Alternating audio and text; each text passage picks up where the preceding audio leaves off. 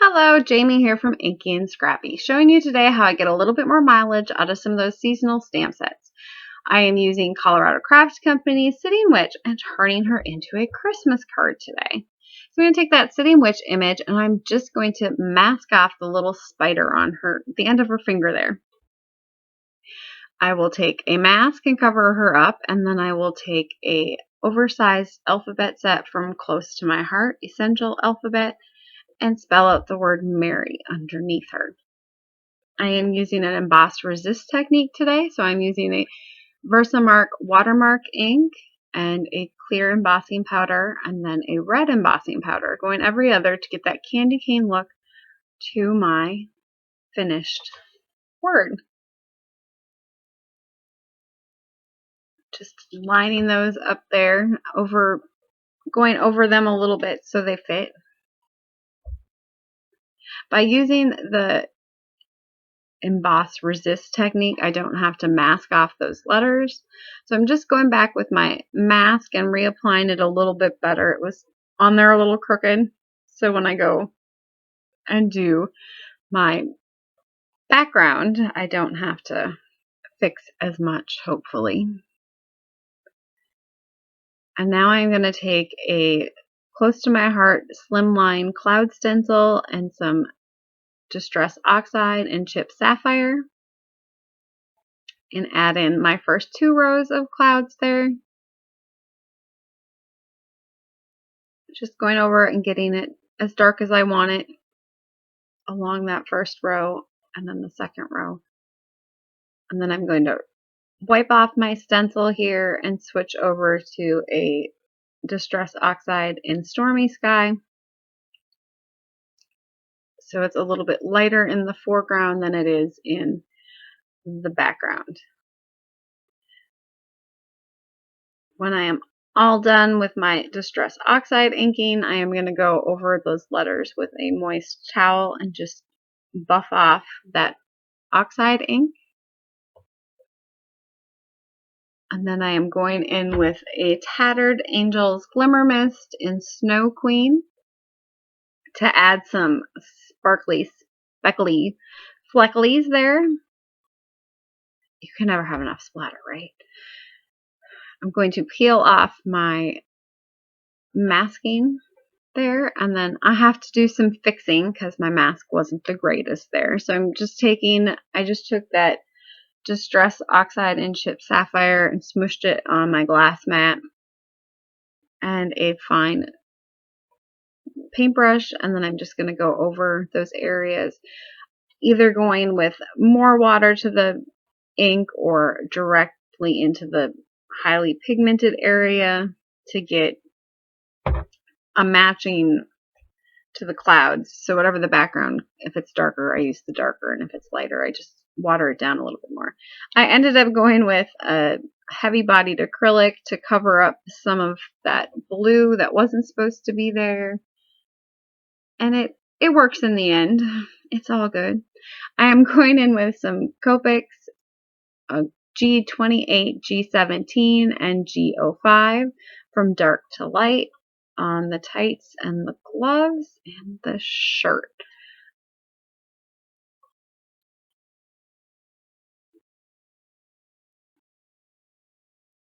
I don't really follow light source. I'm not a colorist per se, so I just do what I think looks better or looks good. Following stamp lines to get, where your shading should be or that sort of thing. I work from dark to light. Sometimes I end up going over it twice, but a lot of times I can get it in one if my colors blend well. Sometimes they don't, and it just takes longer. I'm using my Ohuhu bullet tip markers for my reds. The darkest shade there is number 15, and then I will go in with number 11 for my midtone and number 10 for my lightest shade there.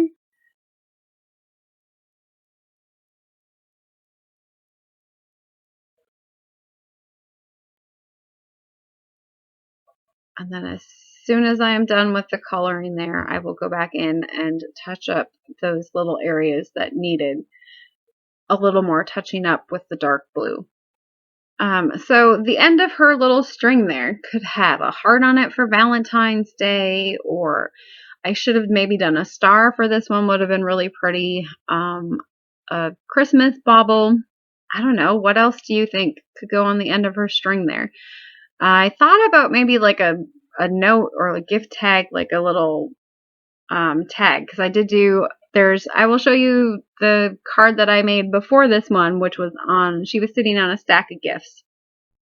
That one just took a whole lot more of me doing some drawing freehand or stenciling with the fine liner than normal, but it turned out good.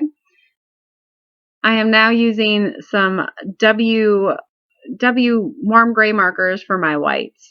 So I'm using W02, W01, and W00, and then I'm going in with a white gel pen to add some highlights there. I'm using, it's a sky stencil from Hero Arts there, just draw my circle for my bauble, and then I will go in with some reds and paint it red and give it a white highlight there.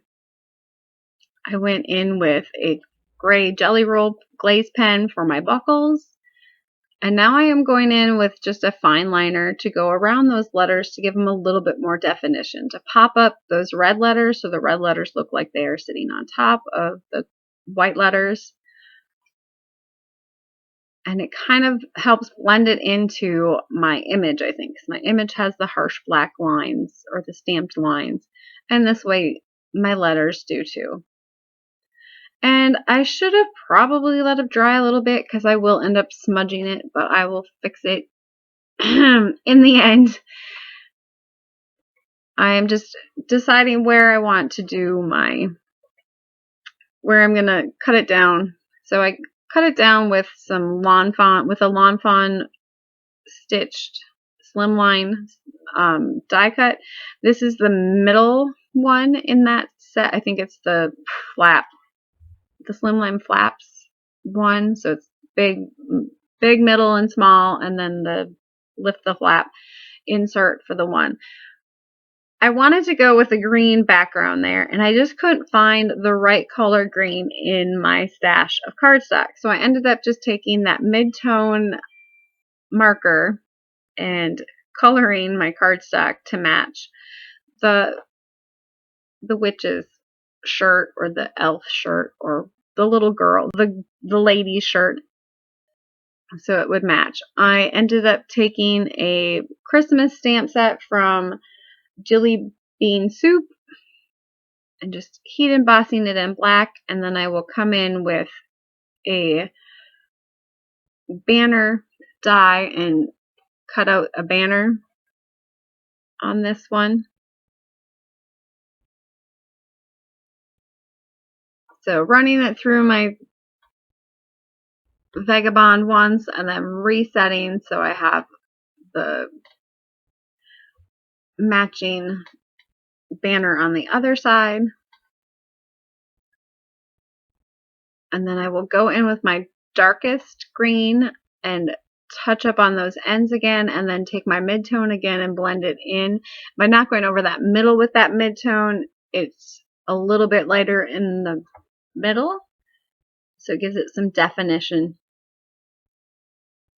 And here's where I smudge. So I don't know if my finger was wet or it just, I don't know, wasn't dry because it was embossing powder or it was embossed. So I ended up taking some alcohol ink there, or alcohol, just rubbing alcohol there. I think it was 91% rubbing alcohol, and a Q-tip, and just erasing my fine liner and then going over it again with the fine liner, and it worked just fine. I will end up touching it up again, and then I end up covering it because it was driving me nuts. So I just used some Big Mama foam tape there just to give it a little bit of lift off of that border, and I will do that with the banner as well. I'm just putting that over the Mary on there. Centering this on my green panel.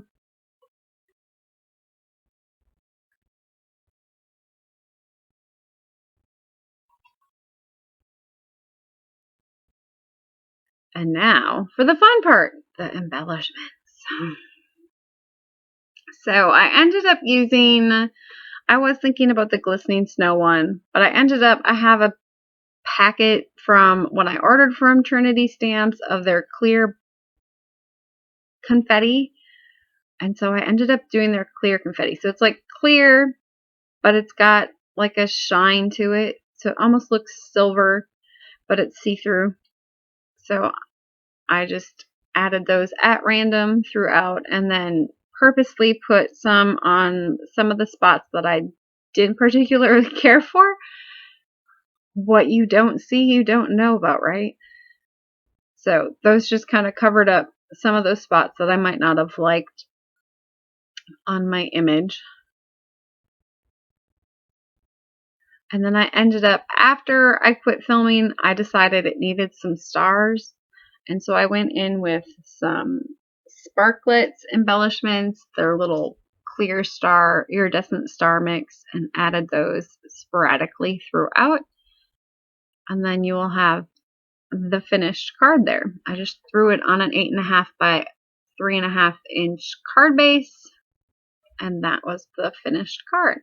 And this is the one that I did first, and I turned it into a birthday card.